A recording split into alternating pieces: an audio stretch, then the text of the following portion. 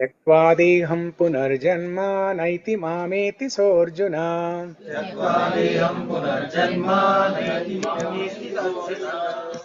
जन्म birth, karma work, cha also, may of mind, divyam transcendental, evam like this, ya anyone who, veti knows, tatvatah in reality, tyaktva leaving aside, deham this body, puna again, janma birth, na never, eti does attain, mam unto me, eti does attain, sa he, Arjuna or Arjuna.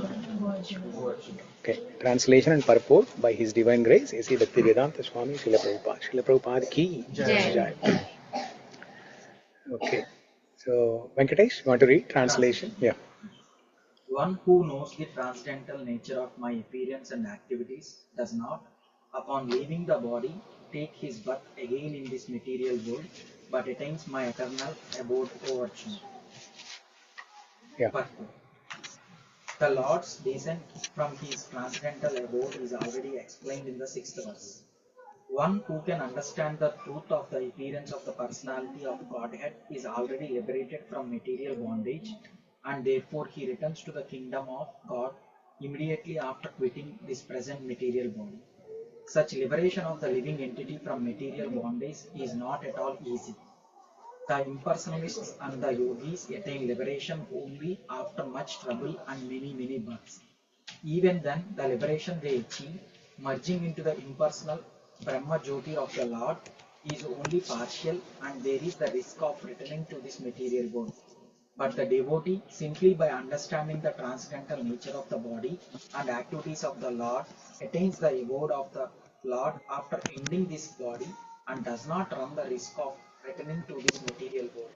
In the Brahma Samhita 5.33, he stated that the Lord has many forms and incarnations. Advaitam, Achyutam, Anandam,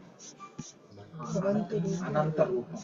Although there are many transcendental forms of the Lord, there are still one and the same Supreme Personality of Godhead. One has to understand this fact with conviction, although it is incomprehensible to mundane scholars and empiric philosophers, as stated in the Vedas, Purusa Bodhini Upanishad. Eko Devo Nitya Nilarankaranto Bhakta Vyapi Hriday Anantaratma. The one Supreme Personality of Godhead is eternally engaged in many transcendental forms in relationships with his unalloyed devotees.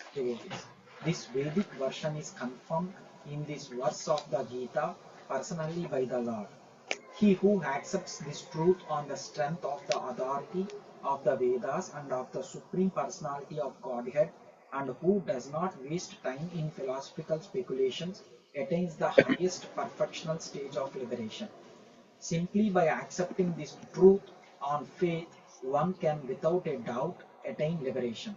The Vedic version Tattvatam Asi is actually applied in this case.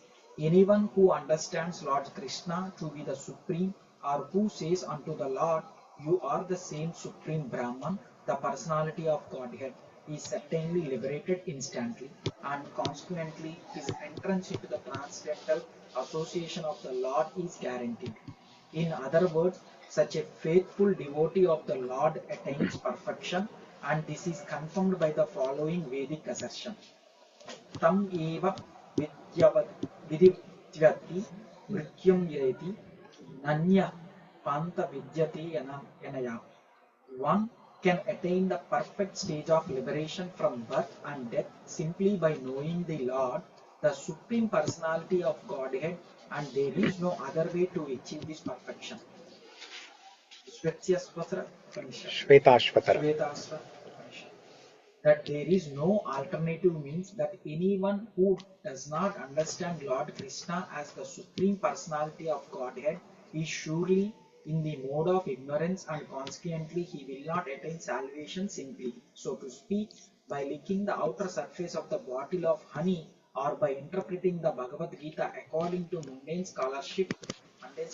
Such empiric philosophers may assume very important roles in the material world, but they are not necessarily eligible for liberation. Such puffed up mundane scholars have to wait for the causeless mercy of the devotee of the Lord. One should therefore cultivate Krishna consciousness with faith and knowledge, and in this way attain perfection.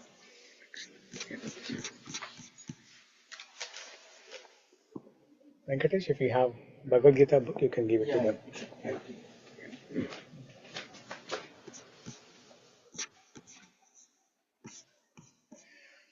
Okay, so this is a very, very important shloka in Bhagavad Gita. Prabhupada says, somebody asked Prabhupada, what is the most important shloka in Bhagavad Gita?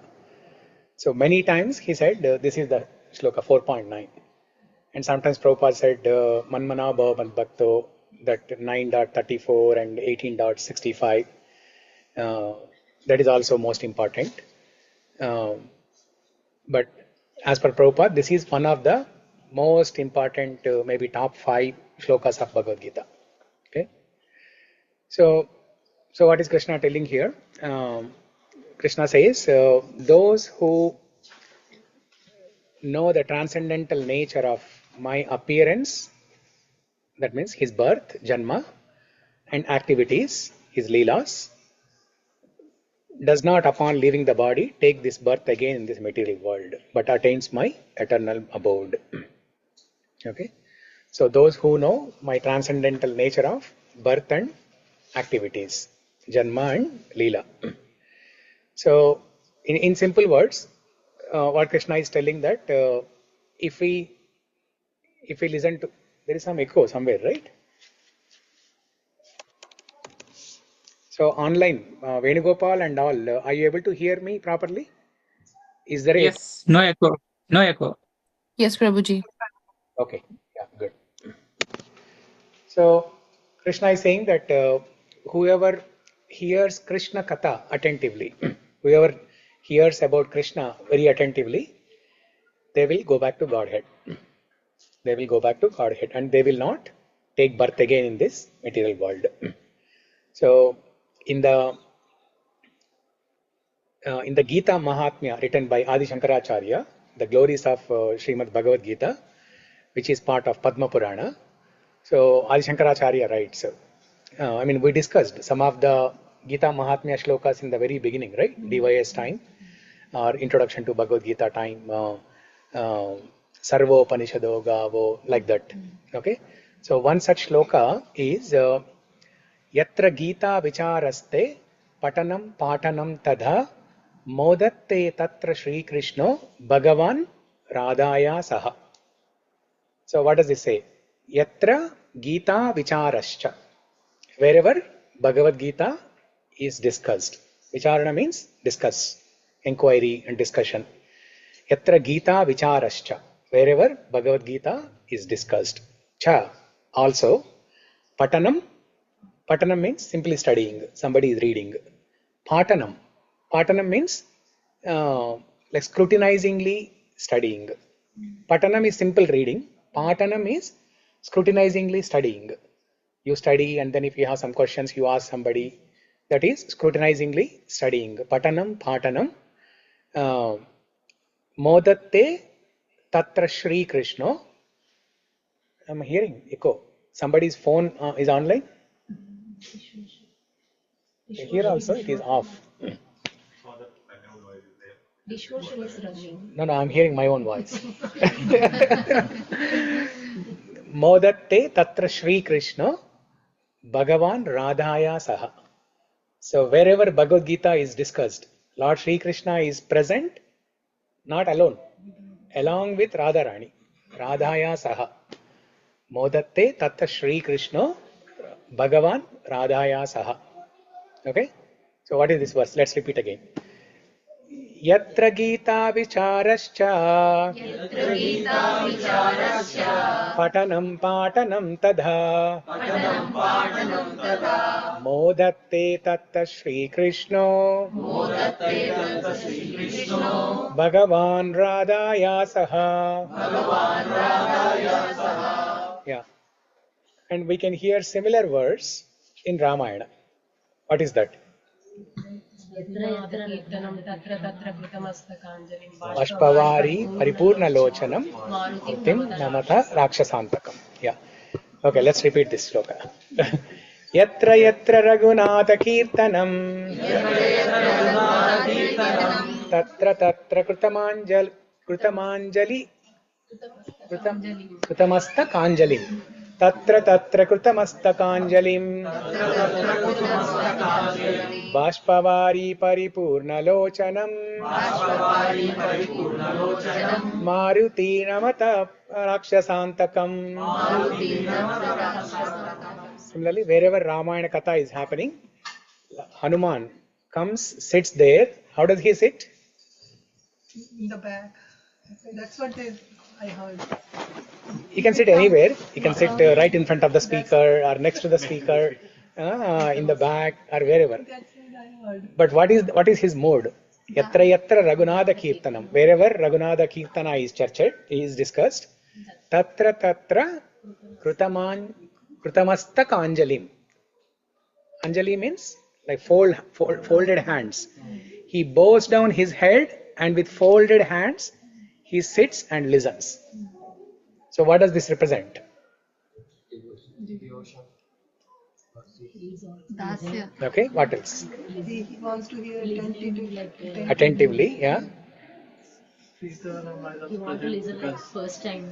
Because So he bows down his head and then with folded hands. so Ram Sita is present. Yeah, that is also good. He's offering pranams to Ram Sita. like Das is eager to know about Rama.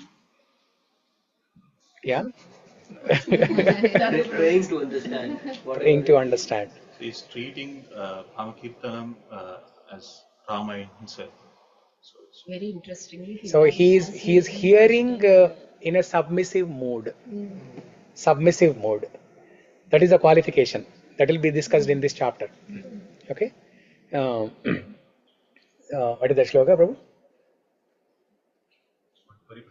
Pariprashna seva. Tadvidhi pranipatena pariprashnena sevaya upadekshanti te jnanam jnaninas tattvadarshinaha. So it gives the qualification of a disciple, how a disciple should approach a spiritual master and how he should hear from the spiritual master. So two qualifications. One is he has to inquire submissively, hear from the Guru submissively, and then offer some service, render some service. When the disciple offers some service, Guru will be pleased, and then the Guru can reveal the knowledge to the disciple. So submissive inquiry, submissive hearing, and rendering service. These are the two qualifications. So yatra yatra Raghunatha Kirtanam, tatra tatra Kritamastak. So Hanuman is always present in the Ramayana Katha, hearing in a submissive mode. Okay. So wherever Krishna Katha happens, we see, Krishna is present. Krishna is present along with Radharani. Okay. Bhagavan Radhaya Saha. Okay. So, and who is telling this? Adi Shankaracharya in Gita Mahatmya. So, since we spoke about Gita Mahatmya, there is another story of, because Gita Mahatmya, Adi Shankaracharya wrote in Padma Purana, but it was brought into limelight, it was popularized by Lord Shiva and Parvati. When Lord Shiva reads Gita Mahatmya to Parvati Devi and explains the glories of Bhagavad Gita, that is when Parvati Devi relishes, and then all the acharyas, different acharyas commented on that. Okay. So In this shloka, you said Bhagwan and Radha, right? Instead of Krishna. So whenever the writer is writing like that, so means like it mentioned as a Bhagwan, right? yeah. So sometimes it mentioned as a Krishna. So it's mood of the writer, the poet, It's like that, Prabhuji? No, in Bhagavad Gita, you'll always see Sri Bhagavan Uvacha. Yeah. Instead of Sri Krishna Uvacha, Sri Bhagavan Uvacha. Because Vasudev wanted to use the word Bhagavan so that in future, sometime later, after 10,000 years, somebody has a name who has a name Krishna. They cannot claim that they have spoken this Bhagavad Gita. So that's why, to remove confusion for all the time, for the eternity, Vyasadeva acted very, very smart. So person name can be Bhagavan also, yeah. Bhagavan also is a person name.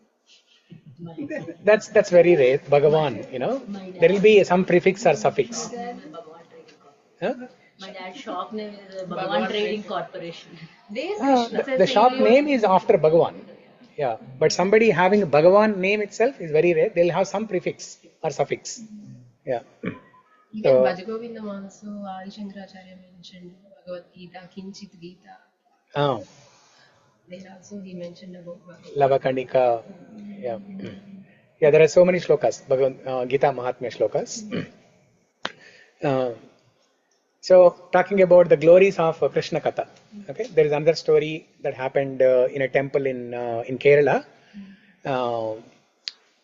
So once in a temple in Kerala, there was this famous devotee by name Puntanam. How many of you heard this name? Puntanam, not Putana. Puntanam. Putana was a demon who got a position of assistant to Mother Yashoda in the spiritual world. She's a nurse assistant to Mother Yashoda in the spiritual world. Puntanam. So Puntanam is a great devotee of Krishna. But he goes to this temple of Lord Shiva. This temple is open only for few days throughout the year, like 1 week or 2 weeks. And the rest of the days it's closed. So during that limited time frame, the temple is open 1 week or 2 weeks. Puntanam goes to this temple every day and he opens his own personal copy of Bhagavatam and he reads Rukmini prayers. To Krishna. Huh? To Shiva. To Shiva. Yeah, it's a Shiva temple. He's a devotee of Krishna, but I think maybe the Shiva temple is close by and there is no other temple nearby. So he goes there, and also Shiva is the highest Vaishnava, right? Vaishnavanam Yatha Shambho. He's the greatest Vaishnava of all. So he goes and reads Bhagavatam, especially Rukmini prayers, letter of Rukmini to Krishna. So one day he reads Rukmini's letter to Krishna. He narrates this whole episode to Lord Shiva there. And then hearing this, Lord Shiva and Parvati, they feel very happy. And then by the end of the day, he finishes reading that whole, those 4 or 5 chapters where Rukmini letter is described, Rukmini Kalyanam is described, and then some sweet pastimes between Rukmini and Krishna are happened. How Krishna teases Rukmini Devi. 10th canto, chapter 52 to chapter 60. There are about 8 chapters where this Rukmini pastime is mentioned. So he goes back home, taking his Bhagavatam back home. And then next day morning, again he takes the Bhagavatam to the temple he wants to read. But the bookmark that he kept, it is always in that same chapter, chapter 52, where the Rukmini prayers start. Okay. And then Puntanam, because he's so immersed in Bhagavatam, he does not pay attention. So he starts reading wherever the bookmark is. He starts reading from there. And then Mother Parvati and Lord Shiva, they relish it every day. And then one day, after reading Bhagavatam, and when it is evening, he has to go home. He forgets his Bhagavatam copy in the temple and he goes home. Then after going some distance, he has not reached the home, but he is on the way to home. Then he suddenly realizes that he forgot his Bhagavatam in the temple. So he goes back to the temple. And then from outside itself he can hear somebody is narrating Bhagavatam. So he's surprised. The temple is closed and I'm not there. So who is reading Bhagavatam? Then he takes a peek from the holes of the that gate, and then to his surprise, Lord Shiva is narrating Bhagavatam to Parvati Devi, and he is reciting the same Rukmini prayers to Parvati Devi. And then hearing this, he feels so happy, and then he says, "Oh Krishna," and he chants some of the names of Krishna. And hearing this, Lord Shiva and Parvati become attentive, and then they disappear. They actually come to the temple. They open the Bhagavatam book and then read. But when Puntanam starts chanting Krishna's name, they disappear. So, and then Lord Shiva asks Parvati Devi, "So did you like me narrating Rukmini prayers to Krishna?" Parvati Devi says, "Yes, I like it, but not as much as how Puntanam described it." Not as much as how Puntanam described it.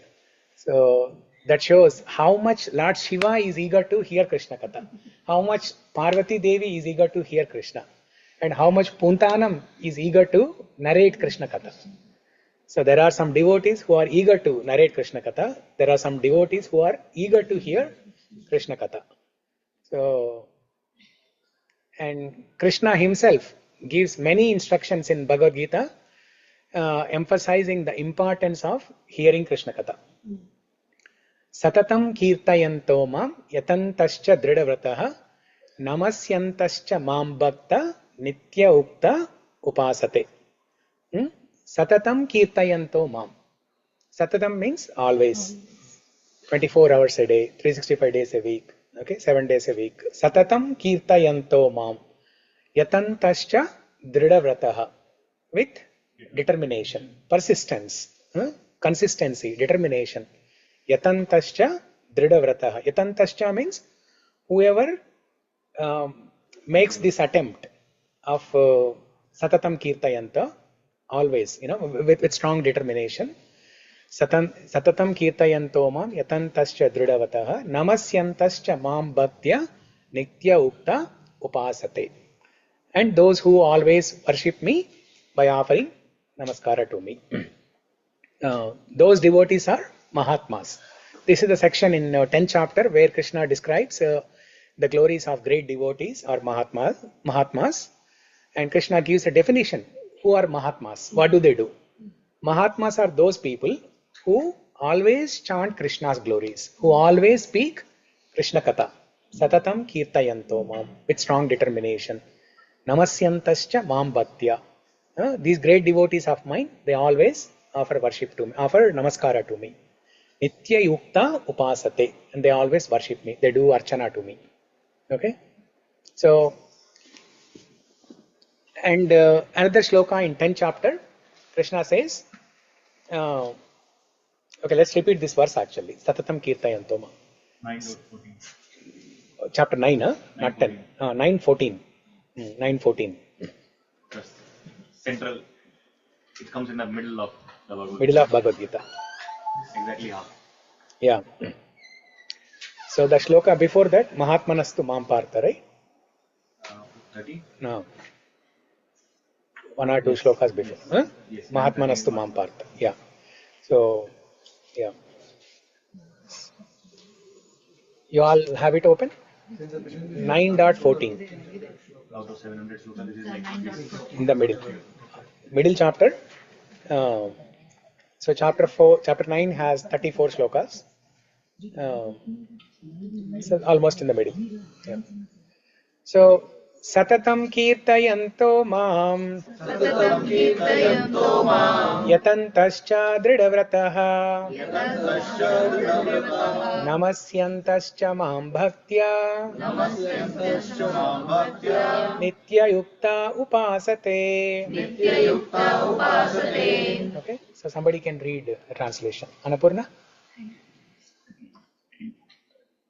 Always chanting my glories, enduring with great determination, bowing down before me. These great souls perpetually worship me with devotion. Purport. No. Purport is not required. Not required. Yeah. It's in Otherwise, the flow. Shweta will not agree. It's in the Shweta will say flow, after actually. chapter 4. Directly chapter 9. See how much eagerness. Oh, How much eagerness. Huh? I am not qualified. How much eagerness. Yeah. And then in the 18th chapter, Krishna tells, before 18th chapter, let's come to 10th chapter. 10th chapter, Krishna tells, Machita Madgata Prana Bodhayanta Parasparam Katayantascha Mam Nityam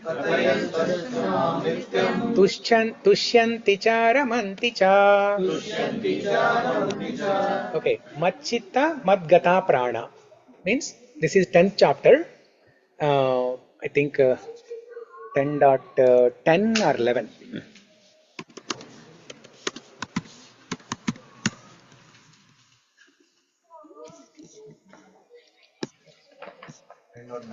10.9, huh? Okay.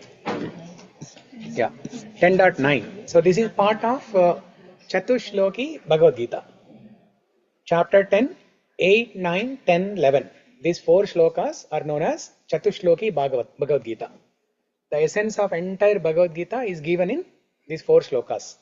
The Sambandha, Abhideya, Prayojana. The 3 aspects of any scripture. Sambandha is the relationship between Jiva and Bhagavan. Prayojana is the process to attain that end result. And Prayojana is the end result. And Abhideya is the process to achieve that end result. So the entire essence, Sambandha, Abhideya, Prayojana is given in these 4 shlokas.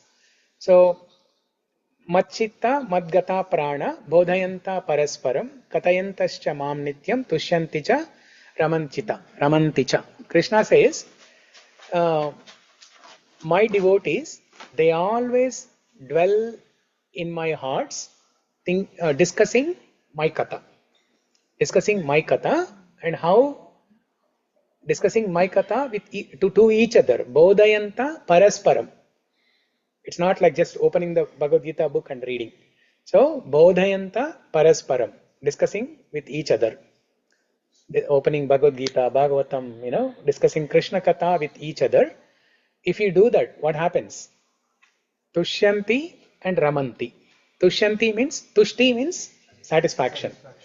Ramanti means happiness. They get happiness. So let's open this shloka and then recite and read the translation. 10.9. Machchitta Madgata Prana Bodhayanta Parasparam Katayantascha Mam Nityam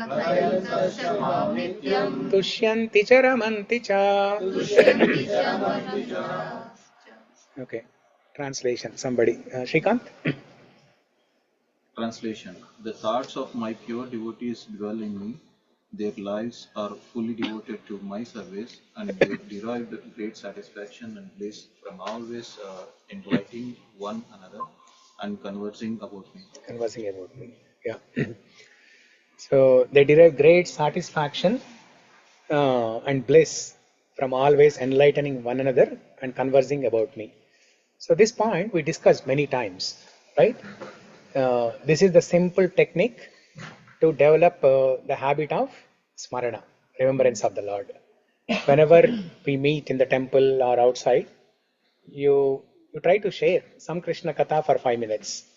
You share something that you know, and you ask the other person also to share something that they have read, they have listened. So this way we can do Bodhayanta Parasparam. And this is the only thing that gives us satisfaction. If we don't do this, what happens? No satisfaction, right? Yeah, very good. Very good. Give her a big round of applause. The roof has to blow up. We get satisfaction out of bogus talks. Bogus talks, yeah. Yeah, we'll engage in Gramya Katha. If we don't discuss Krishna Katha, we'll engage in Gramya Katha. Yeah, that's why this is an art. Discussing Krishna Katha is an art. All other things like going to the temple and doing some physical service, it doesn't require any art. If your body is in good health, automatically you are in cruise mode. You know where to find vegetables, you know how much to cut, you know where are the pots, you know how to wash them, you know where the detergent is. Tuesday service, yeah. You know how to make the garlands, everything in a cruise mode. Just like if you're driving from Monroe to Sammamish, do you have to pay 100% attention? You pay 10% of attention. Rest of the time you are on the phone only. Okay, so Do you drive like that? huh? Krishna will drive. Krishna will drive. I don't even pay 10% attention. Tesla only pays attention. So, but this discussing of Krishna Katha, engaging in Krishna Katha, it requires art. It requires art means, what does it mean? You have to put some effort, you have to become creative, how you can read Krishna Katha, how you can remember it, how you can share with others, how you can ask other person to share something, and what aspects you get attracted to. So it's an art. You have to experiment different things and you have to practice it. So develop that art. Develop the art of hearing Krishna Katha. Develop the art of developing taste for Krishna Katha.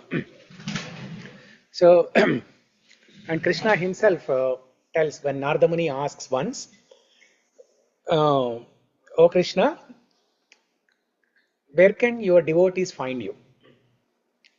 Where can your devotees find you?"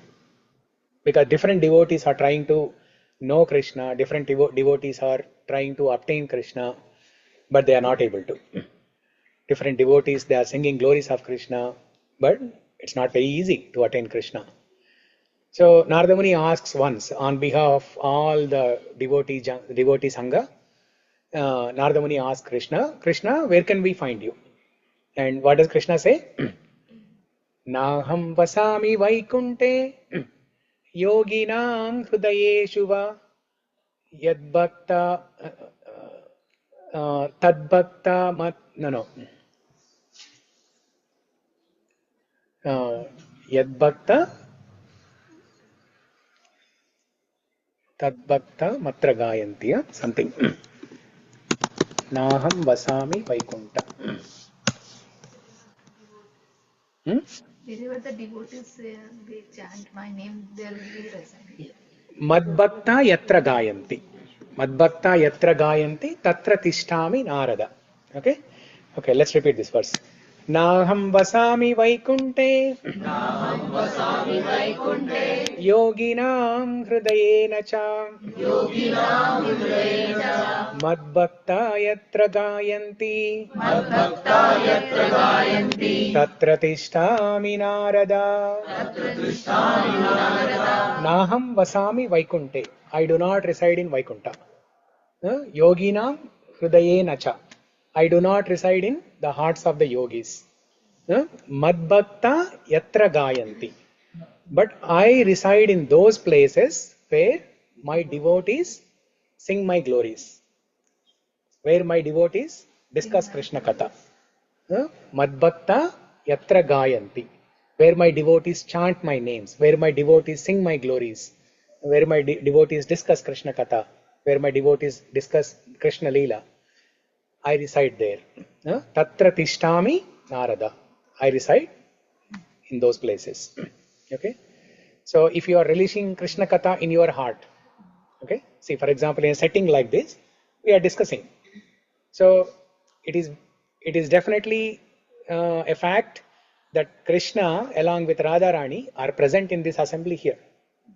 They are present here and hearing this. But if you are alone at home, or if you are, all by yourself somewhere, you are relishing Krishna Katha in your heart. You are remembering some Leela of Krishna, and you are relishing that in your heart. So Krishna that time is present in your heart. Tatra tishtami narada.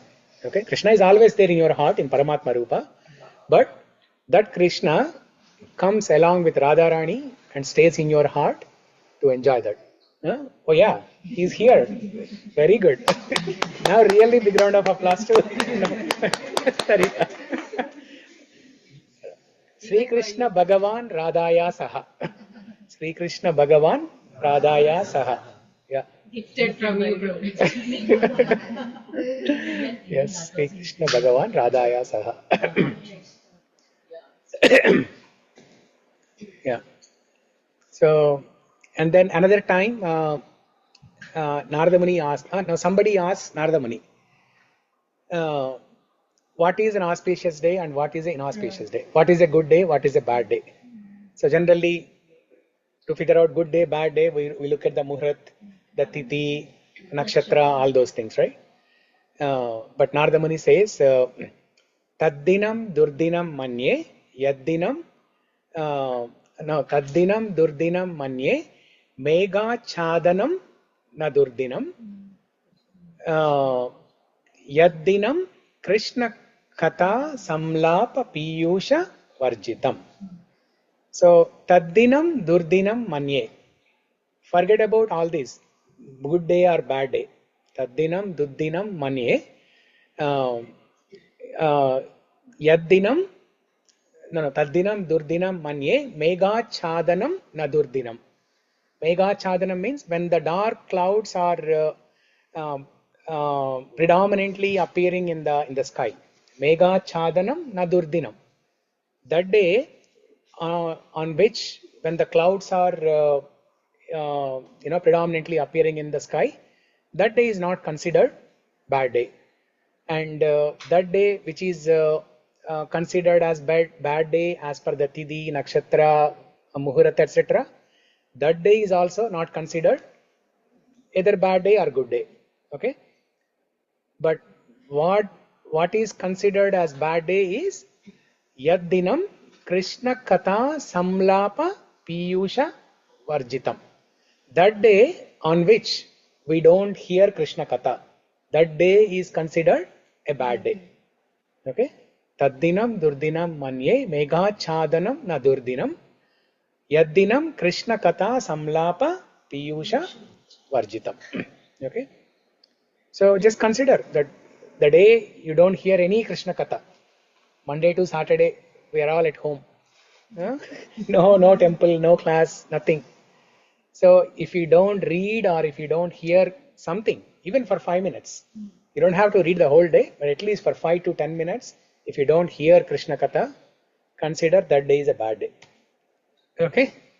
So that means you have to make an attempt every day to hear or read something and share with family members, share with friends.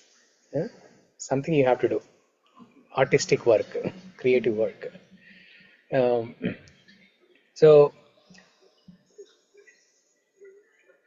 talking about the glories of hearing Krishna Katha, I mean, this itself is an ocean. This itself is an ocean. That's why Prabhupada said this is the most important shloka. 4.9 is the most important shloka. The two shlokas before this, 4.7 and 8, Krishna gave the reasons why he appears in the material world. What is the primary reason why Krishna appears in the material world?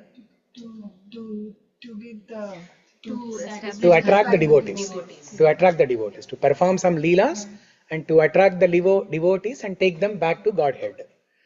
So unless we develop the taste for Krishna Katha, unless we read Krishna Leela, unless we hear Krishna Leela, unless we discuss Bodhayanta Parasparam, unless we do this, how can we get attracted to Krishna?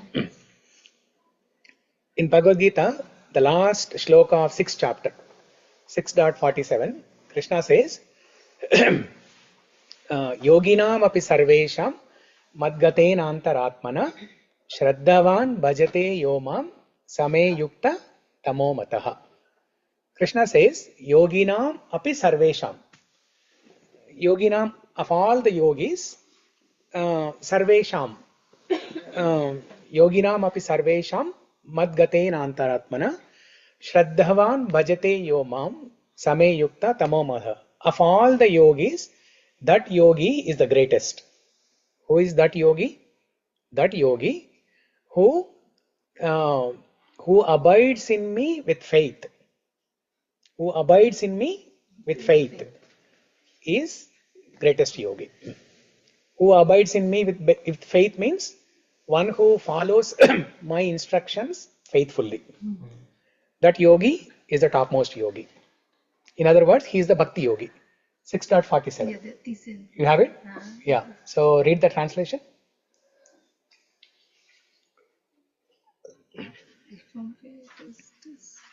Okay, and all of yogis, the one with great faith who always abides in me, thinks of me within himself and renders transcendental loving service to me.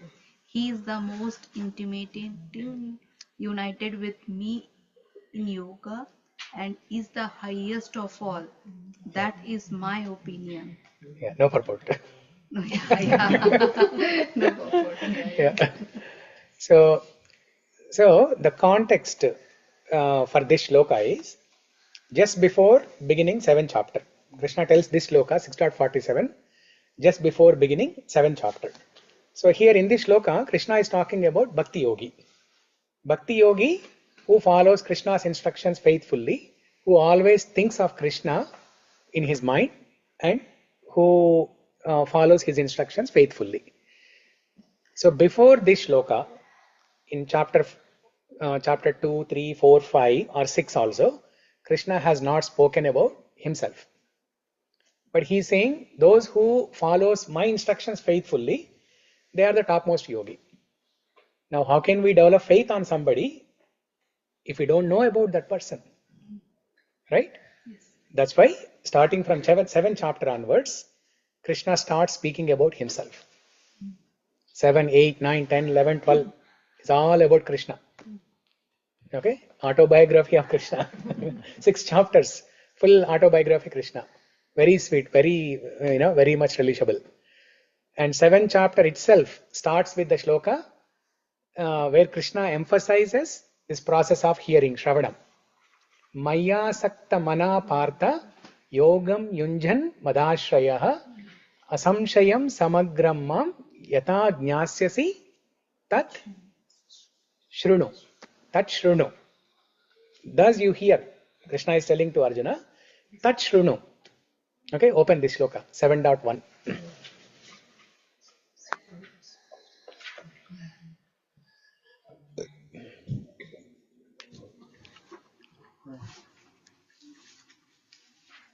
Maya sakta mana partha yogam yunjan madashrayah asamshayam samagram mam yata jnasasi tat shrunu. Okay, so somebody, Praveen, can you read the translation? The Supreme Personality of Godhead said, You can, your husband, you continue your husband. Yeah, Shweta, you read.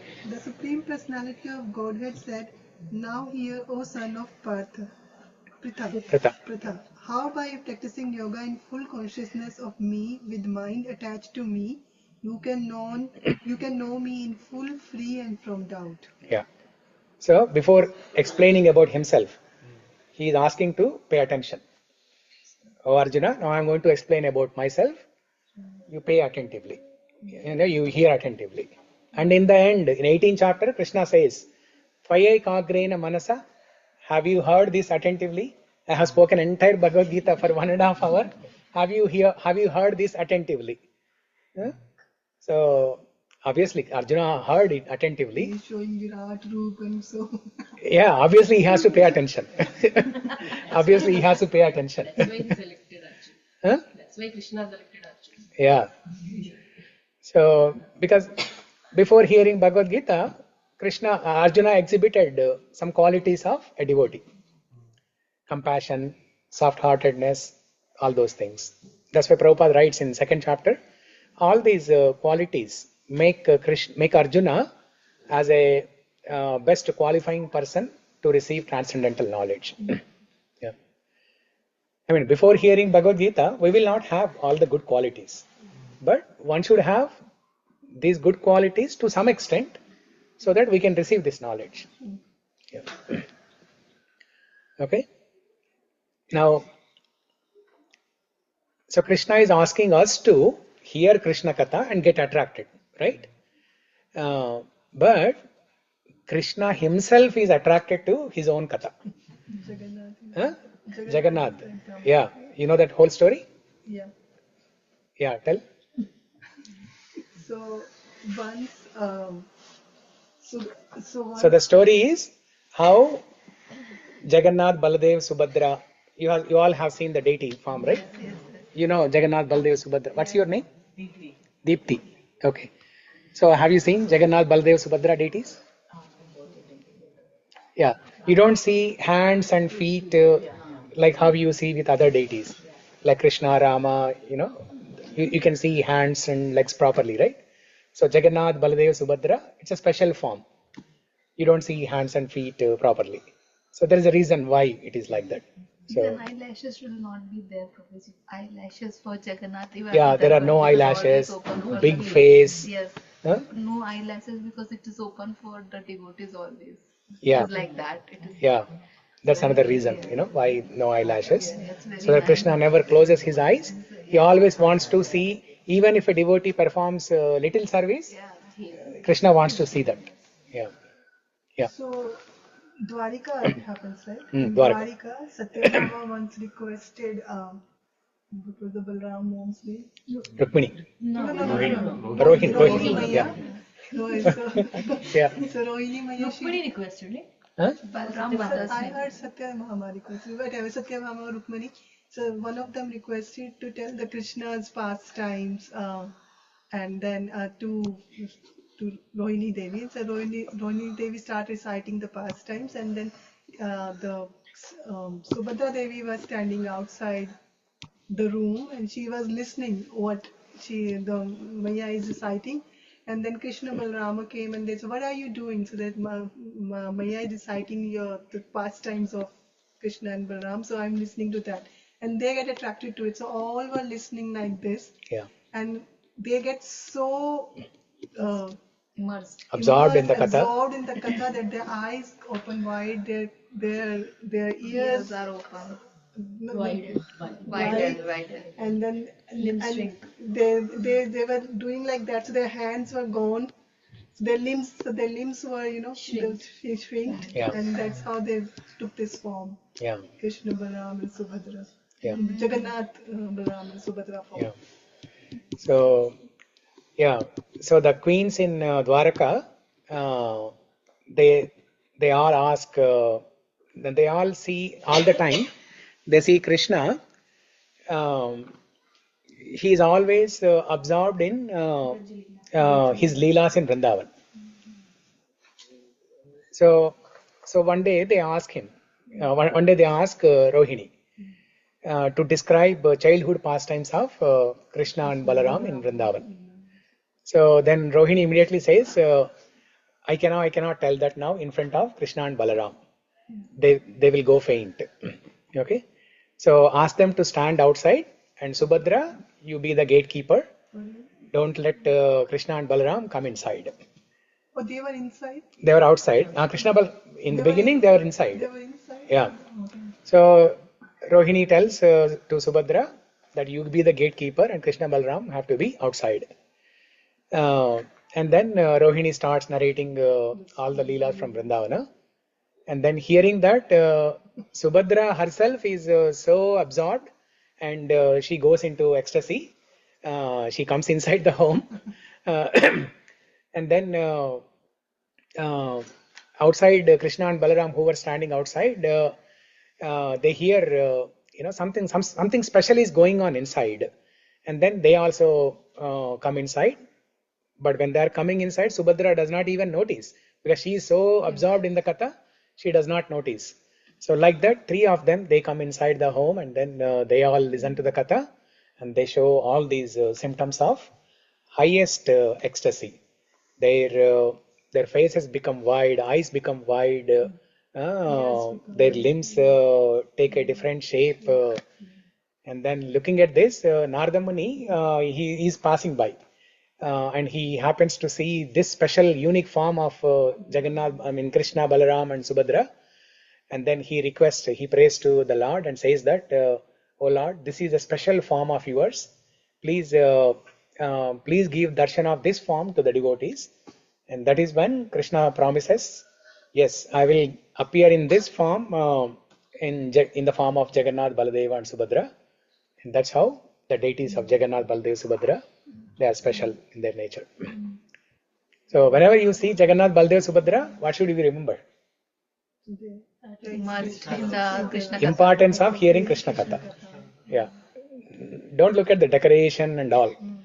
Okay, that is also important, but more than that, the remembrance of Krishna Katha is more important. The importance of Krishna Katha is more important.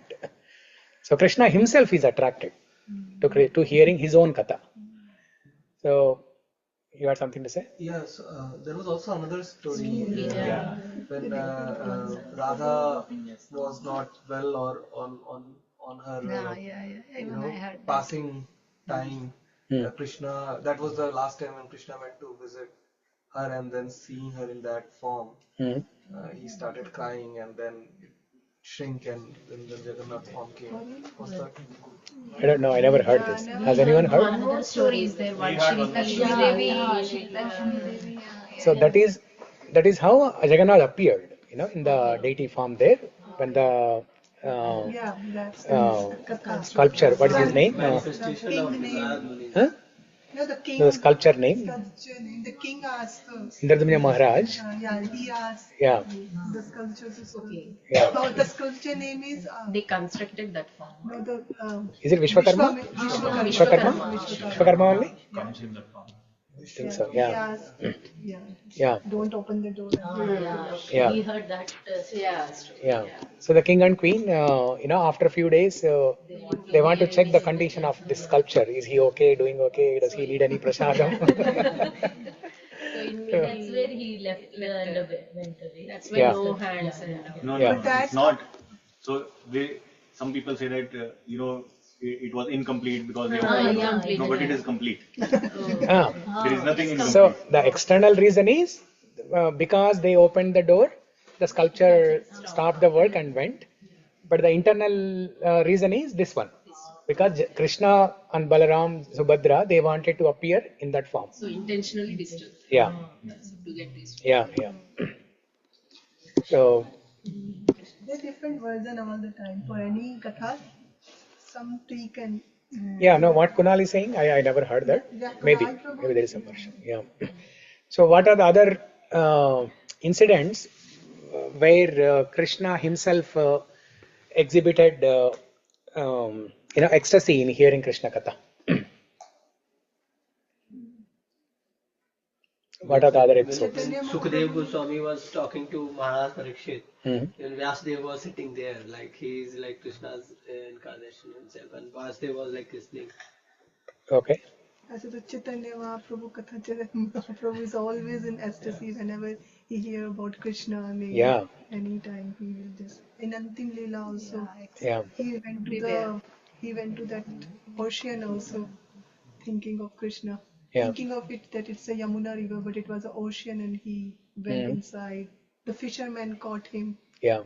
So So Mahaprabhu himself is attracted to hearing Krishna Katha. So Mahaprabhu would go to this temple in Mayapur. Puri. Yeah. Tota Gopinath temple. Tota Gopinath temple, where Gadadhar Pandit used to read Bhagavatam to Mahaprabhu. Now who is Gadadhar Pandit? Radharani himself. And Mahaprabhu is Krishna himself. So in spiritual world, when Krishna asks Radharani, my dear Radha, how does it feel to be a devotee? How does it feel to be a devotee? I cannot understand that. From the giving side, I cannot understand. You are on the receiving side. Huh? How is the ecstasy of my devotees when they are rendering service to me or when they are hearing my glories? Huh? What is their feeling? Then Radharani, that is one question Krishna asks. Another question is, how can I relish what my devotees are relishing? How can I experience what my devotees are experiencing? Just like how a sweet or sugar cannot experience her own sweetness, it's like sugar is asking, how can I experience my own taste? So sugar cannot taste, her own sweetness. So when Krishna asked these questions to Radharani falls unconscious because she cannot explain. The moment she starts explaining about glories of Krishna, she falls unconscious. Okay. Huh? How can we explain? No, somebody falling unconscious about Krishna Katha, that's the highest standard. That's the highest standard. So in the spiritual world, Radharani was never able to explain the glories of Krishna Katha and how devotees experience, the reciprocation. She cannot explain. That's why in the Gaura Leela, Krishna appears as Chaitanya Mahaprabhu and Radharani appears as Gadadhar Pandit. Okay, so that whatever Radharani could not explain in spiritual world, now she is able to explain in Gaura Leela. And whatever Krishna could not understand in spiritual world, what is the sweetness of my sweet? Huh? That Krishna could not understand in spiritual world. So he was able to understand in Gaur Leela by hearing his own katha, by hearing his own katha from Radharani, who appeared as Gadadhar Pandit. So there is another story from Gaur Leela where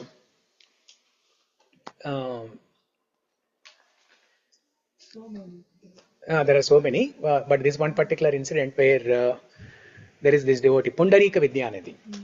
Have you heard? Pundarika Vidyanidhi. Pundarika Vidyanidhi is a great devotee of Chaitanya Mahaprabhu. So one day, Srinivas Pandit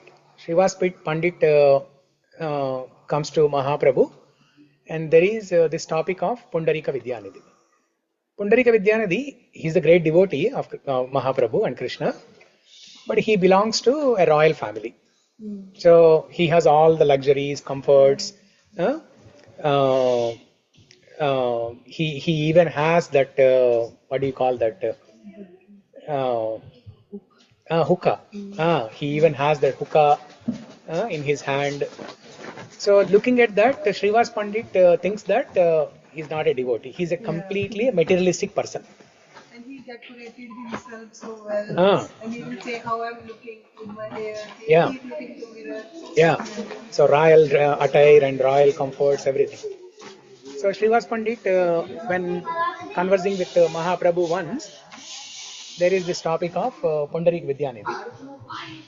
So Mahaprabhu mentions that Srinivas Pandit asked Mahaprabhu, can you give me the names of Bhagavatottamas in the town? Then Mahaprabhu gives 2-3 names. The first name Mahaprabhu gives is Pundarika Vidyanidhi. Then Srinivas Pandit, he actually goes to that home and then comes back to Mahaprabhu and says, no, I don't agree. He's not a devotee. He's like a king. He's enjoying all royal comforts. He even has a hookah in his hand, wearing the luxury clothes, and no, he's not a devotee. Maybe you must have been mistaken. Then Mahaprabhu tells Srinivas Pandit, okay, go to his home again and recite this shloka. Okay, and Mahaprabhu tells a shloka, which shloka to recite. Okay, Aho Bakiyam Stanakalakutam. Let's all recite the shloka from Srimad Bhagavatam, 10th canto. Recording. Yeah. Yeah, you take it.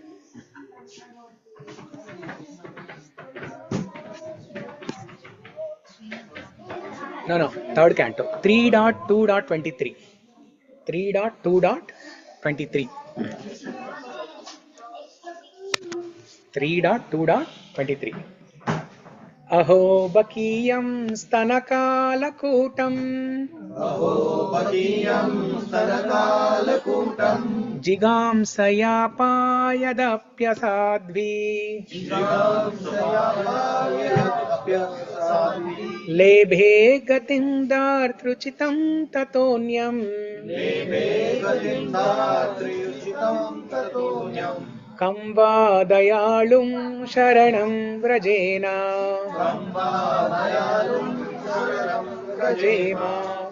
So Mahaprabhu asked Srinivas Pandit to go to Pundarik Vidyanidhi and recite this shloka.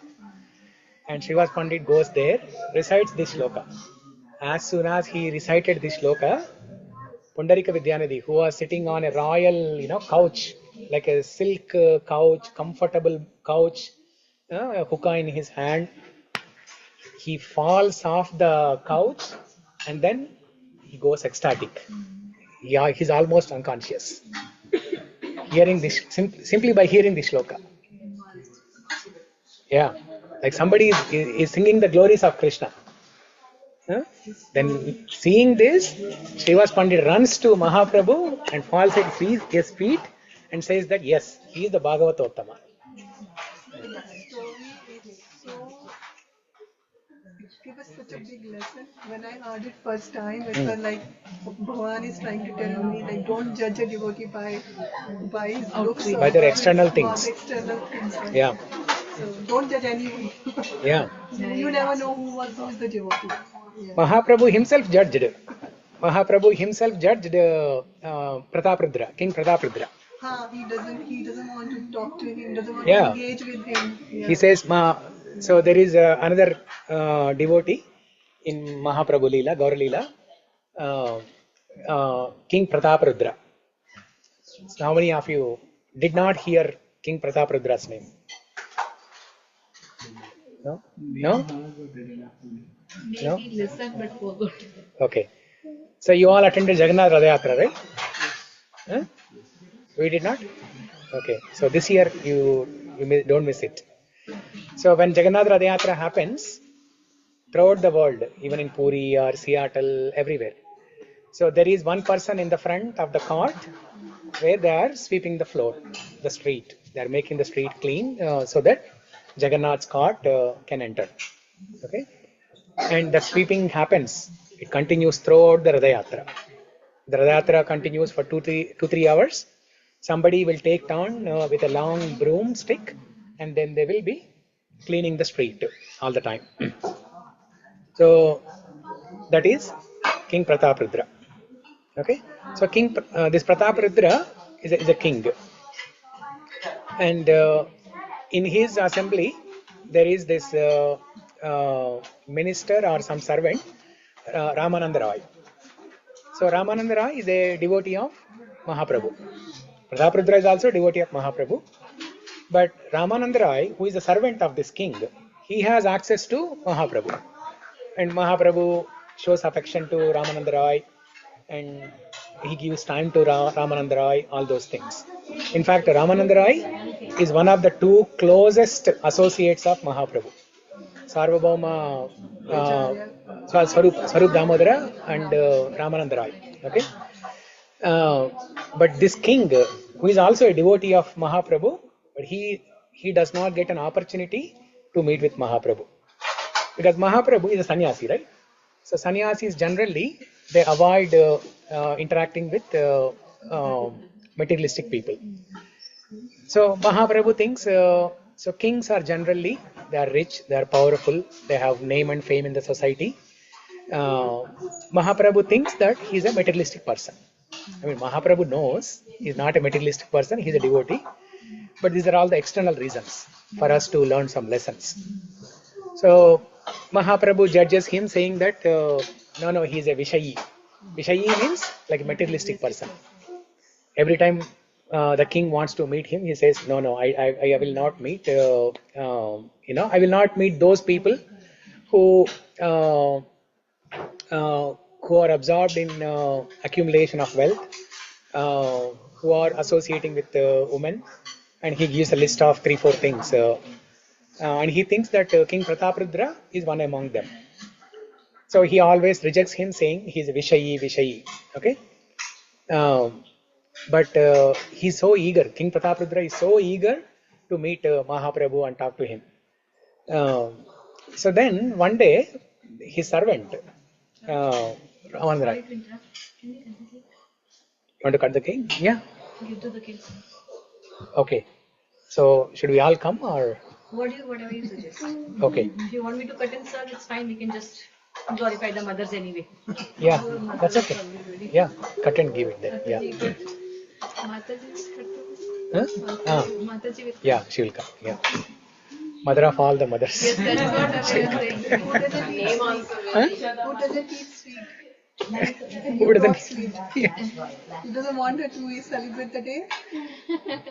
No, I eat sweet. She doesn't eat sweet. She doesn't eat? No, you don't know that? Oh, really?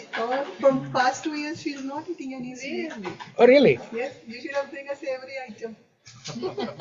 Oh, she doesn't eat sweets?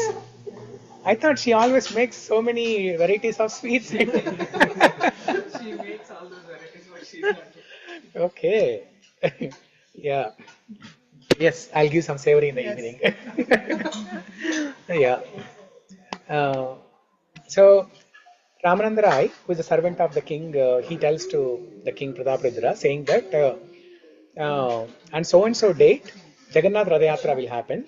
Mahaprabhu will come and dance in the Radhayatra. And after that, at the end of the day, Mahaprabhu, after dancing ecstatically, he will be tired. So you go in a normal dress, not in the king's attire, but you go in a normal attire and render some service. You offer some massage, give some comfort to him. So there is a possibility Mahaprabhu may talk to him that time. So hearing this, King Prataprudra, he goes to the Radhayatra, and then he observes Mahaprabhu dancing ecstatically during the entire duration of Radhayatra. And then at the end of the day, Mahaprabhu is feeling a little tired. King Prataprudra, who is in a normal simple dress, he starts massaging his feet. And then while massaging his feet, he sings Gopi Geet. Tava katamritam tapta jivana. Let's all open this shloka and recite this. 10.31.9. 10.31.9. Srimad Bhagavatam 10.31.9. So the gopis are singing this.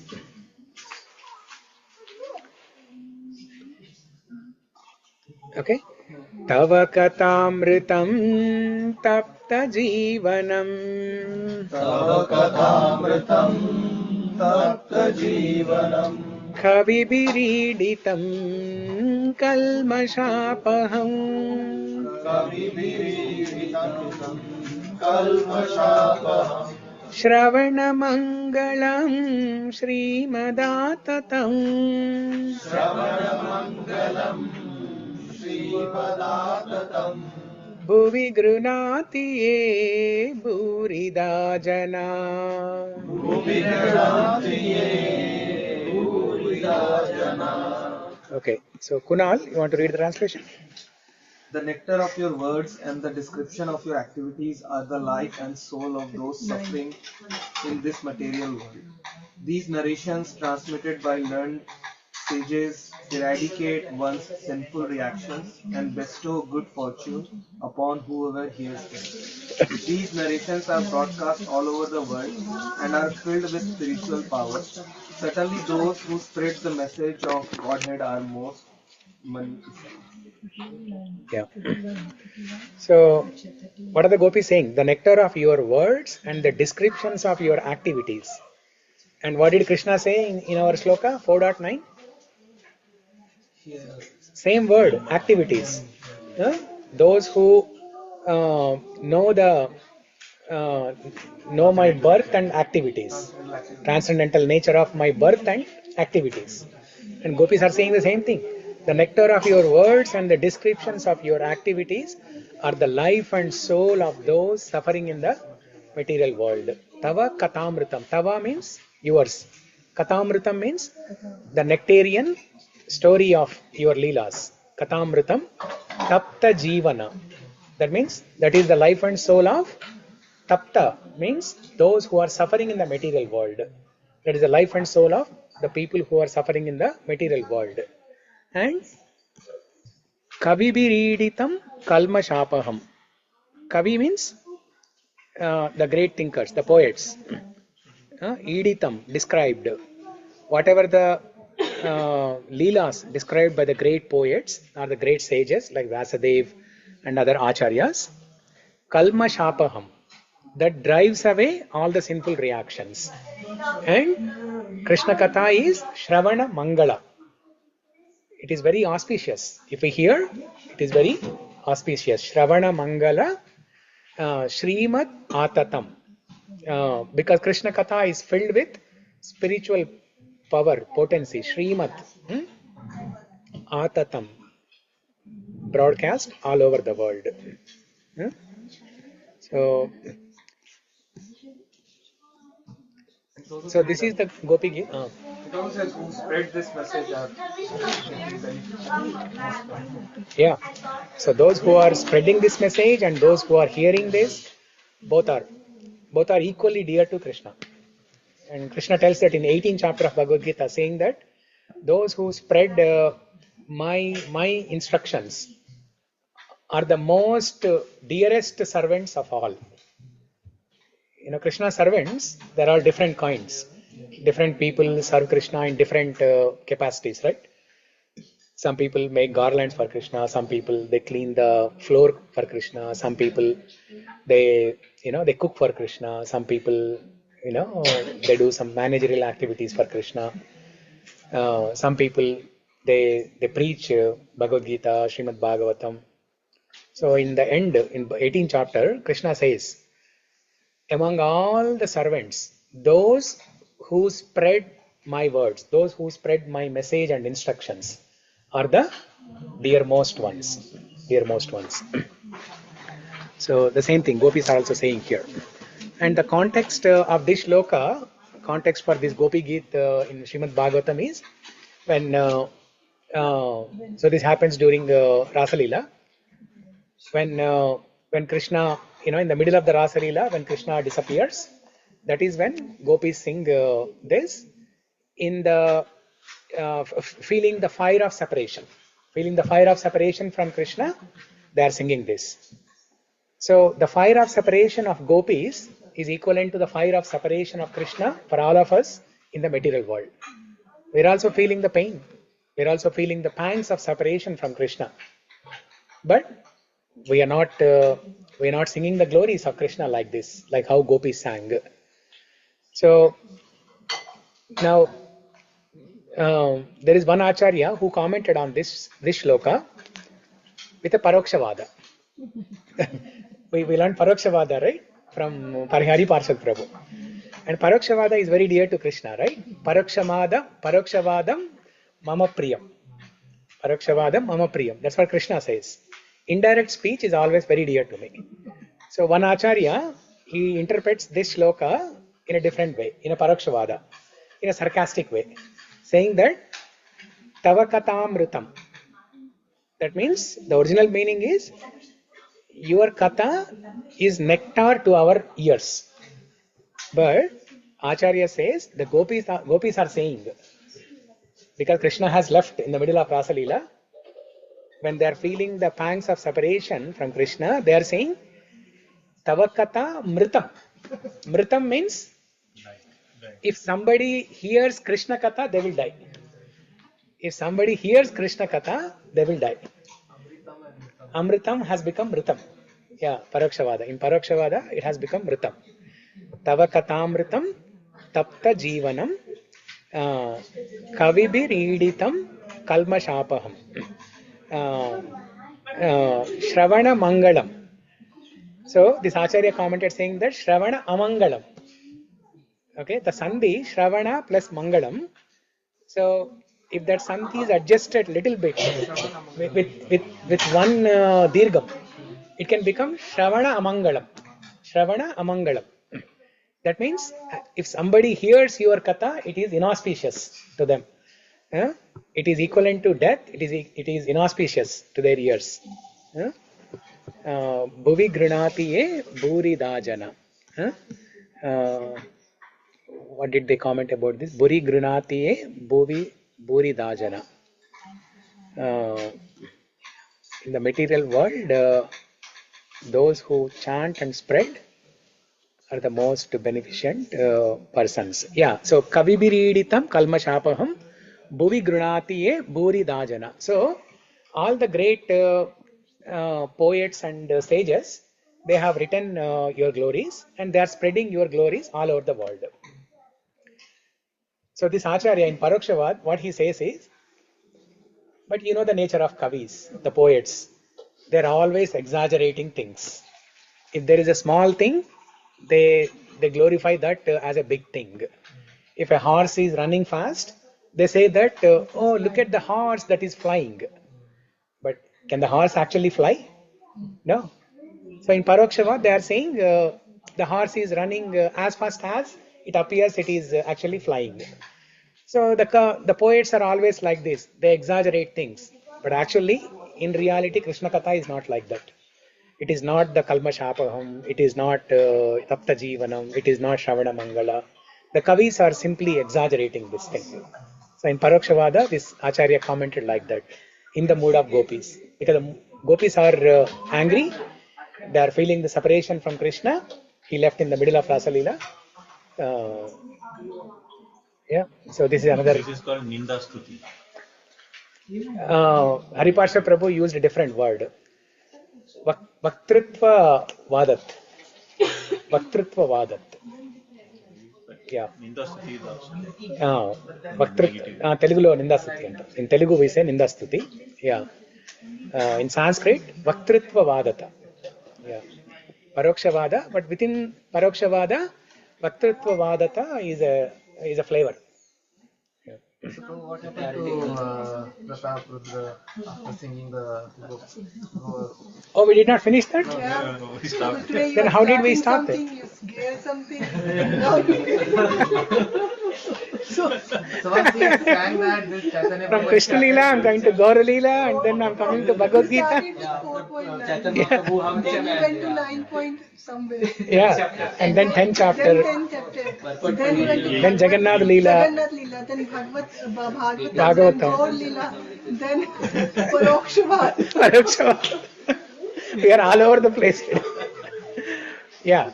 So when King Prataprudra was massaging Mahaprabhu's feet by reciting Tapta Kanchana, Tavakatamritam Tapta Kanchanam, Tapta Jivanam, Mahaprabhu immediately woke up and he said, who are you?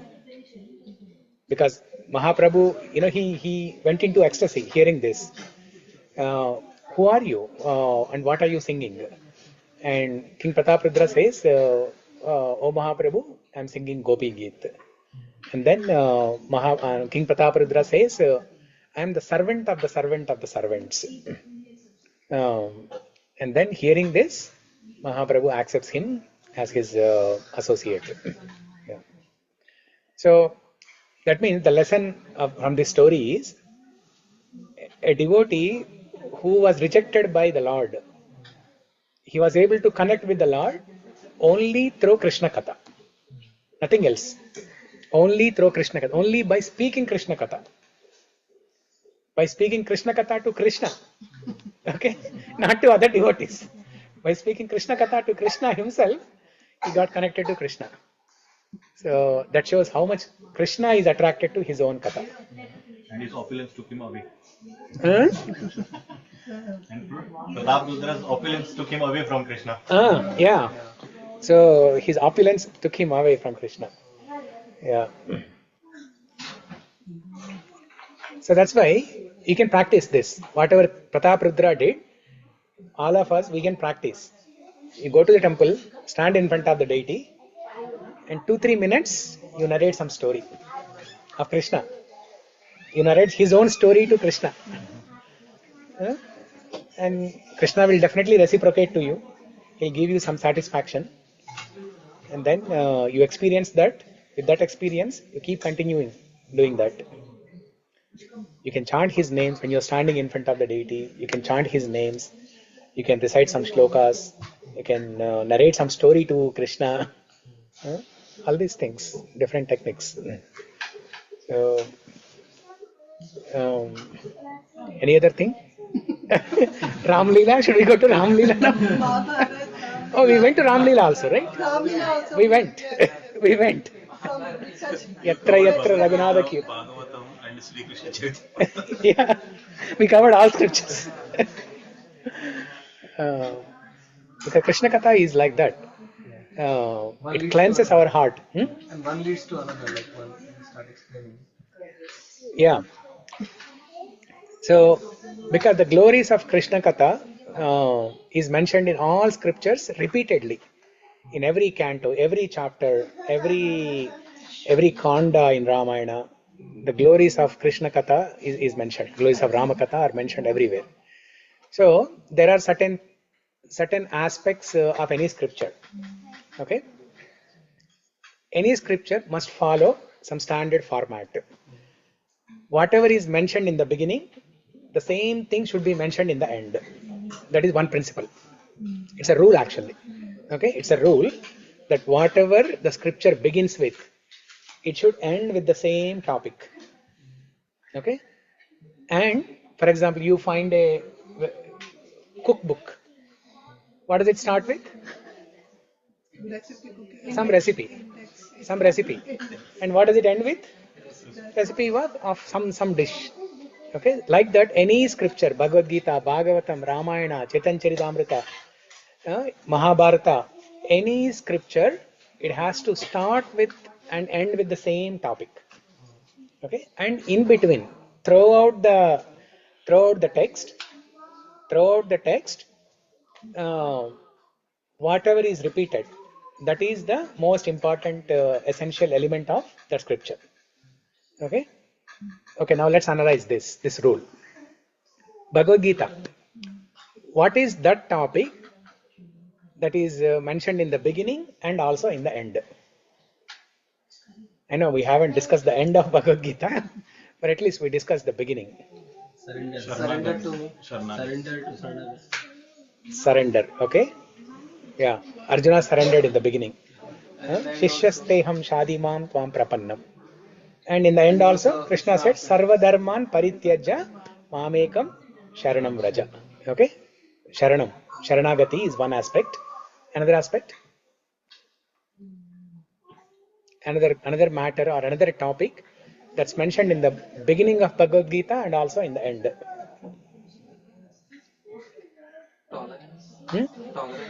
Tolerance is there in the beginning, but not in the end.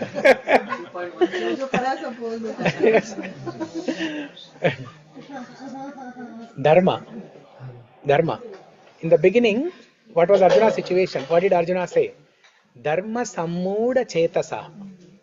In 2.7, Arjuna says, Karpanya dosho pahata svabhava pruchami tvam dharma sammuda cheta yat shreyasyan nishchitam bruhitanme shishyasteham shadimam va prapannam. So Arjuna says, Dharma sammuda cheta. I am perplexed with this dharma sankata. I do not know whether Kula Dharma is better or my Kshatriya Dharma is better. I am confused now. And how did Bhagavad Gita end? It ended with Sarva Dharman Parityaja. It ended with the topic of Dharma. Sarva Dharman Parityaja. You abandon your Kula Dharma, Kshatriya Dharma, everything, and just surrender unto me. That is Krishna's instruction. So it began with the Dharma, ended with Dharma. It began with surrender, ended with surrender. Now Bhagavatam. Let's analyze this rule or principle for Bhagavatam. Bhagavatam. What is the first shloka of Bhagavatam? How did it begin? What is the topic?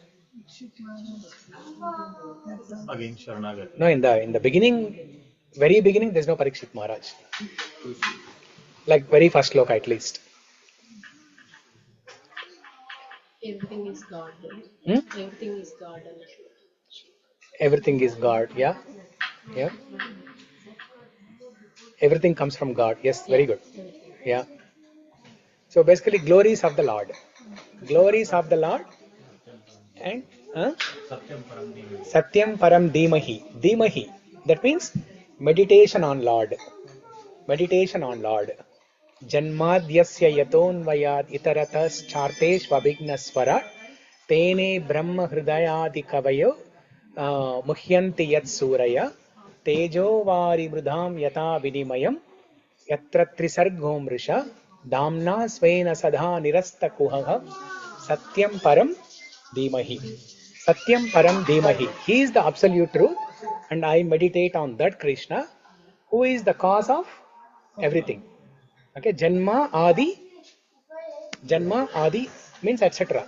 Birth, death, old age, disease, everything. Everything comes from him. Janmadi Yasya. Uh, so the topic there is the glories of the Lord and meditation on the Lord. And how does Bhagavatam end? Kirtana. Yeah. Kirtana means glories of the Lord. And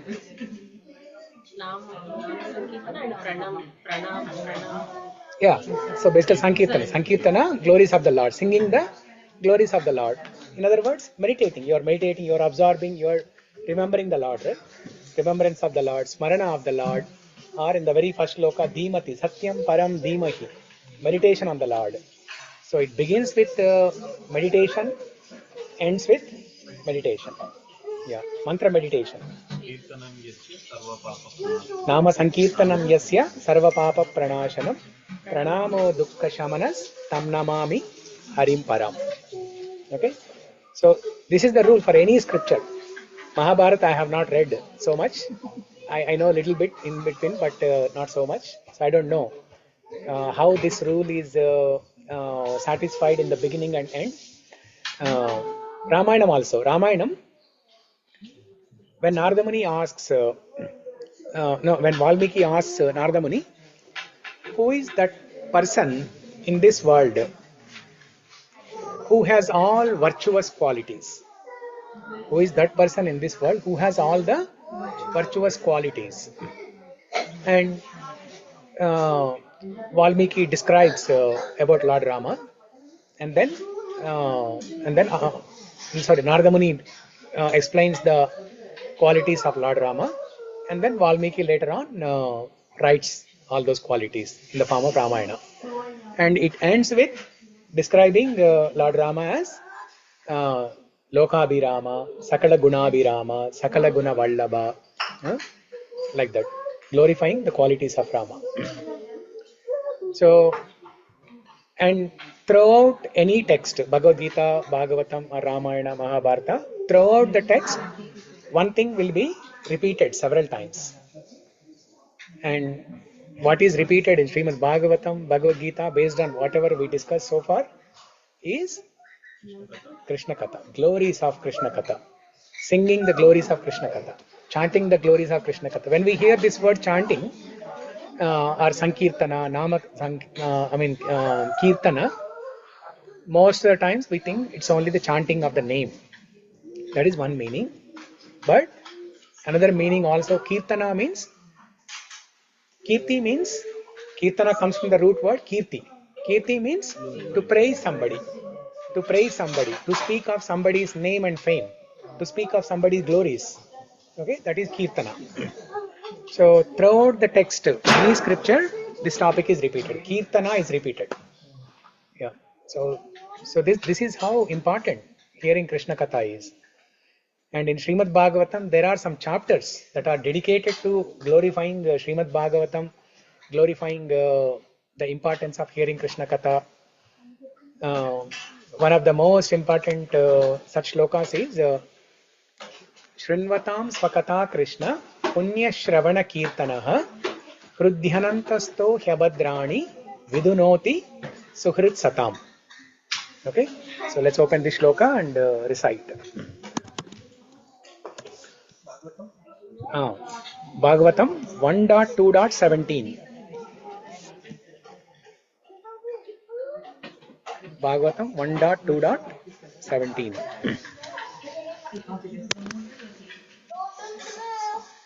Shrinvatam swakata Krishna punyashravana kirtanah Srinivas Krishna Punya Shravana Rudhyanantasto hyabhadrani vidunoti srutsatam.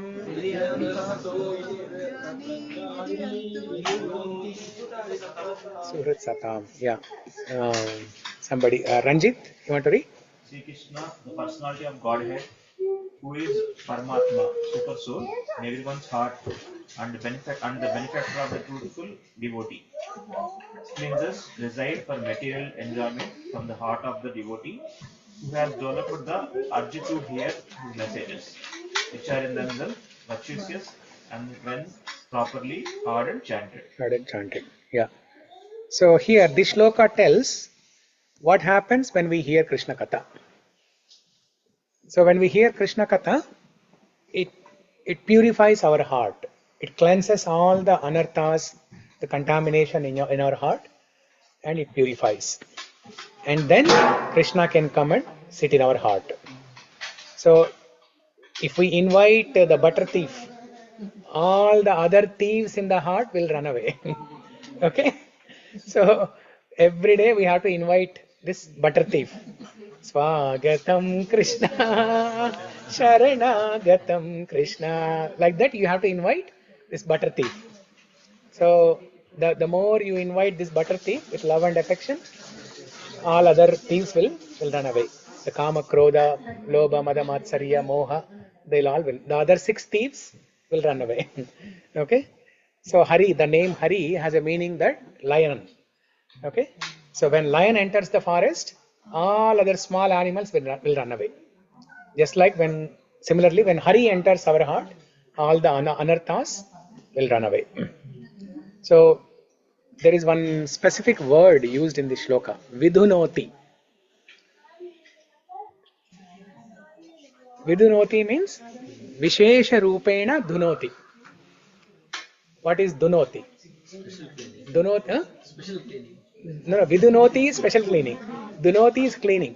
So Dunoti comes from the root word, the Hindi word Dona.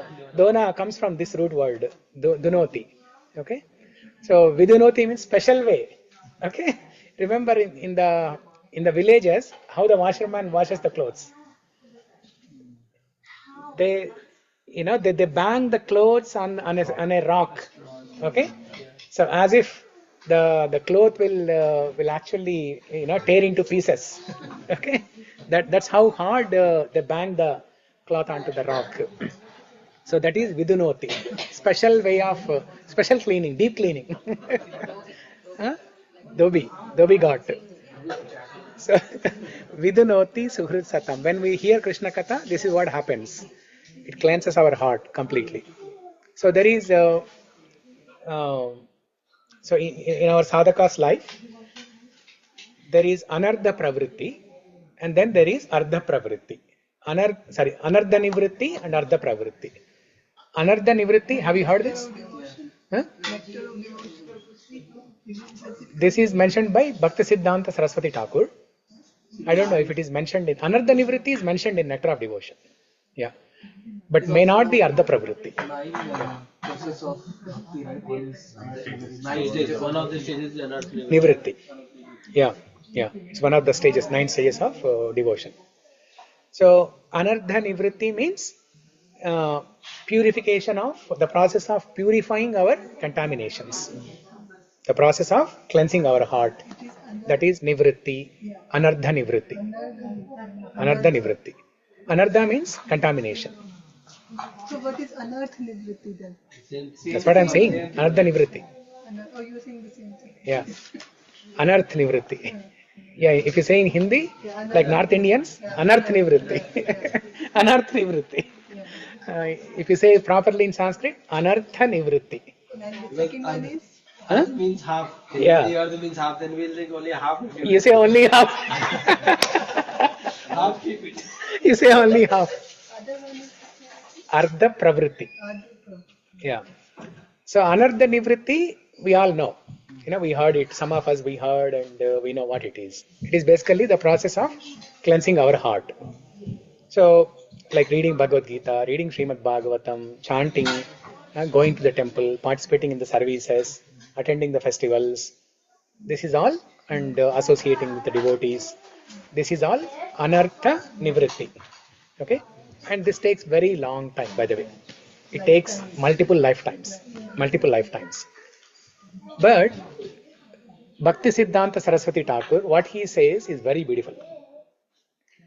He says, you don't have to wait until you complete the process of anartha nivritti. You can start doing ardha pravritti. Ardha pravritti means hearing Krishna Katha. Okay? See, the process of anartha nivritti involves hearing philosophy. You are not the body, you are the soul. Krishna is the master, you are the servant. So all this philosophy is anartha nivritti. No, so but before anartha nivritti, it's hearing, Shravanam, Kirtanam, and then it comes anartha nivritti. So what are we hearing there? Yeah. Philosophy or Krishna Katha? So you can hear some preliminary pastimes of Krishna in the beginning. Before purification, you can hear some preliminary pastimes of Krishna, but not detailed descriptions of Krishna Leela. Okay? So you need to have some kind of purification before you can actually relish Krishna's intimate pastimes. Before somebody can read 10th canto of Bhagavatam, they need some purification. They need to read 9 cantos of Bhagavatam. Only then they can understand 10th canto.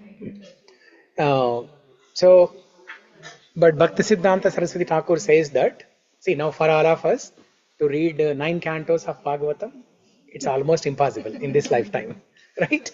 We can hear bits and pieces, but to read systematically from canto 1 to canto 9, all the chapters, all the purports, it's an impossible task.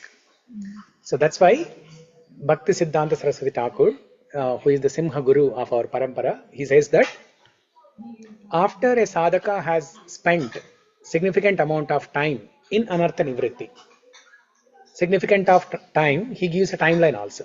He gives 10 to 15 years. After somebody has chanted for 10 to 15 years, after somebody has listened to the philosophy like Bhagavad Gita and the introduction, of Bhagavatam, then one is qualified to hear ardha pravritti. Then they can listen to intimate pastimes of Krishna. They can even hear Rasa Leela, Ras Panchadhyaya. They can hear entire Bhagavatam at that time. So the late you come into Bhakti, the chances. Yeah, if you come in like 40, 50 years, then by the time you complete your anartha nivritti, it's very late. Yeah. You come at 40, 55. Yeah, very late. Before that, not eligible for Ardha Pravritti? Before that, you can listen to preliminary stories of Krishna, but not in depth. Like Krishna's interaction with the gopis or Rasa Leela, all those things. Yeah. Like how Mother Yashoda used to scold Krishna, those things we can hear. Damodar Leela, those things we can hear.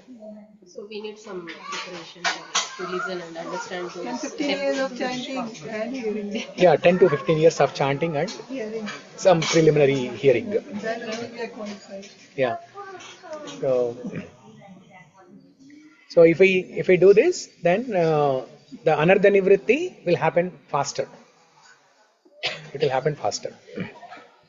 But what happens is most of the times we think that we need to have a clean heart. We need to complete this anartha nivritti.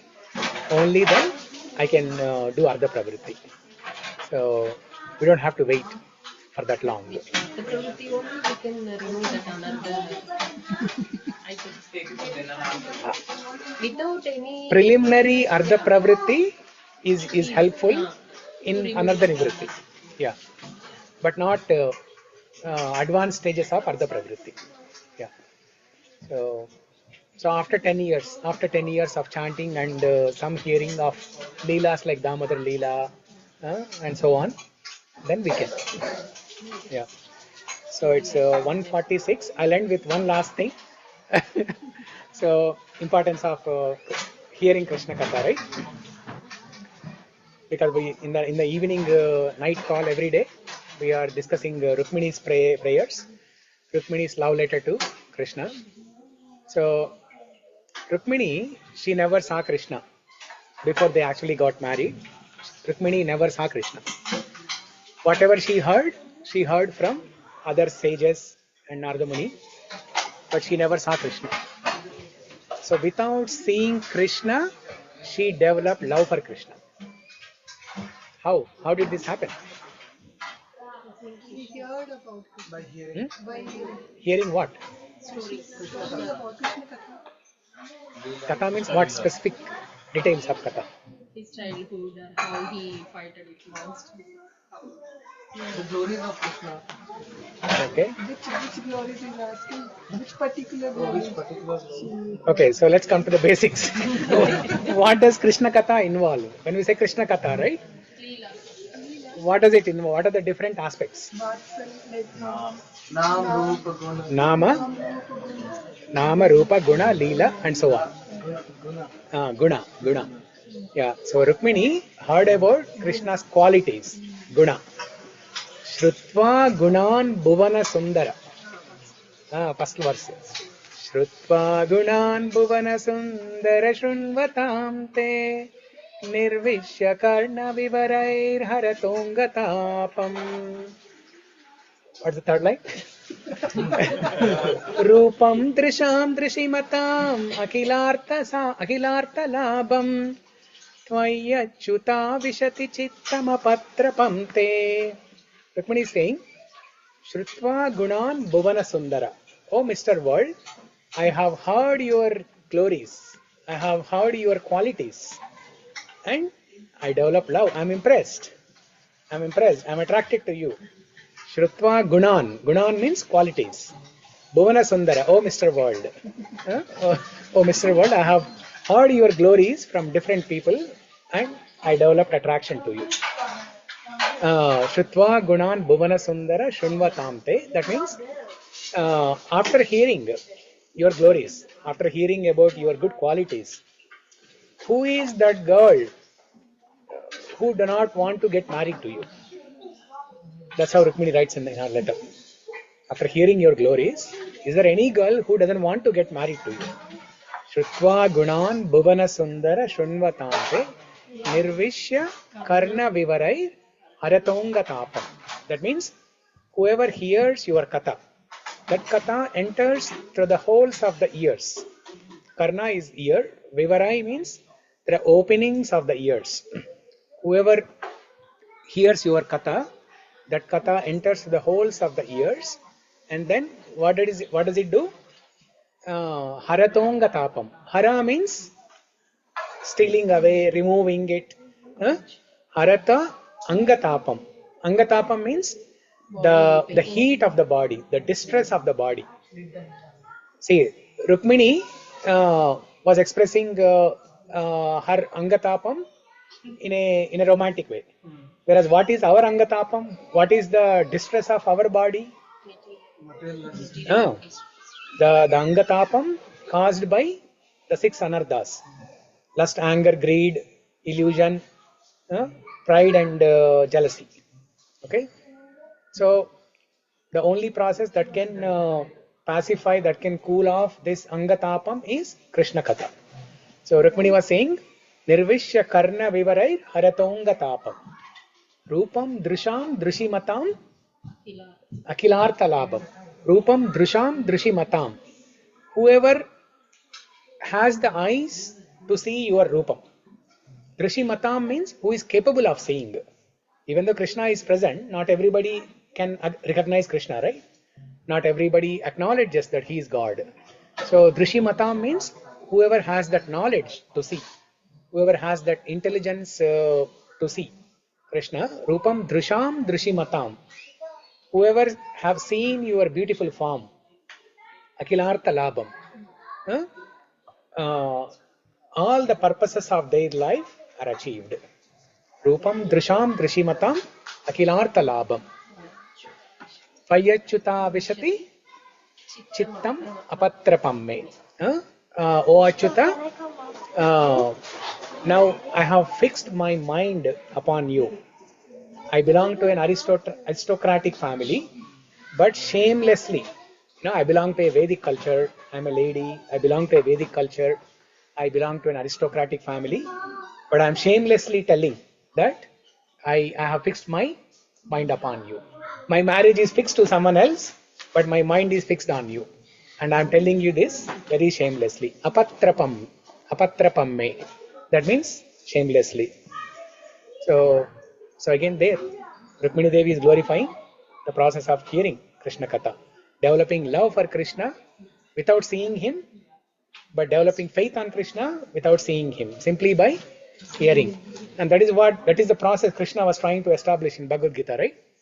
6.47, Krishna said, those who abide with me in faith, they are the topmost yogis. And then to develop that faith, Krishna started giving knowledge about himself. And Rukmini Devi is also saying the same thing. Shrutva gunan bhuvana sundara shrinvatam te. So, okay. So, become creative. Develop this artistic skill of hearing, discussing Krishna Katha. And you will see wonders in your life. You'll always meditate on this. Okay. Start with 5 minutes, 10 minutes a day. And then keep increasing this process. You will relish it. Yeah, you'll feel ecstasy. You will not want to, stop hearing Krishna Katha, reading Krishna Katha. You'll go mad actually. You'll go mad. Thank you. Okay, so with that, we will end the call here. Thank you everyone for attending. Hare Krishna. And before we get up, let us thank the host, Venkatesh Prabhu and Sri Lakshmi, by chanting loudly Hari Bol 3 times. Hari Bol! Hari Bol! Hari Bol! As Hari Parshad Prabhu mentioned last time at her home, he glorified Shitu Mataji, Yashodamai Mataji, that the wife or the lady of the home is the personification of the home. So Sri Lakshmi is the personification of the home. Thank you for hosting this program at your home. Thank you for coming. Thank you for inviting Venkatesh also to your home. Yeah. Okay. Now we can go to Prasadam. Yeah.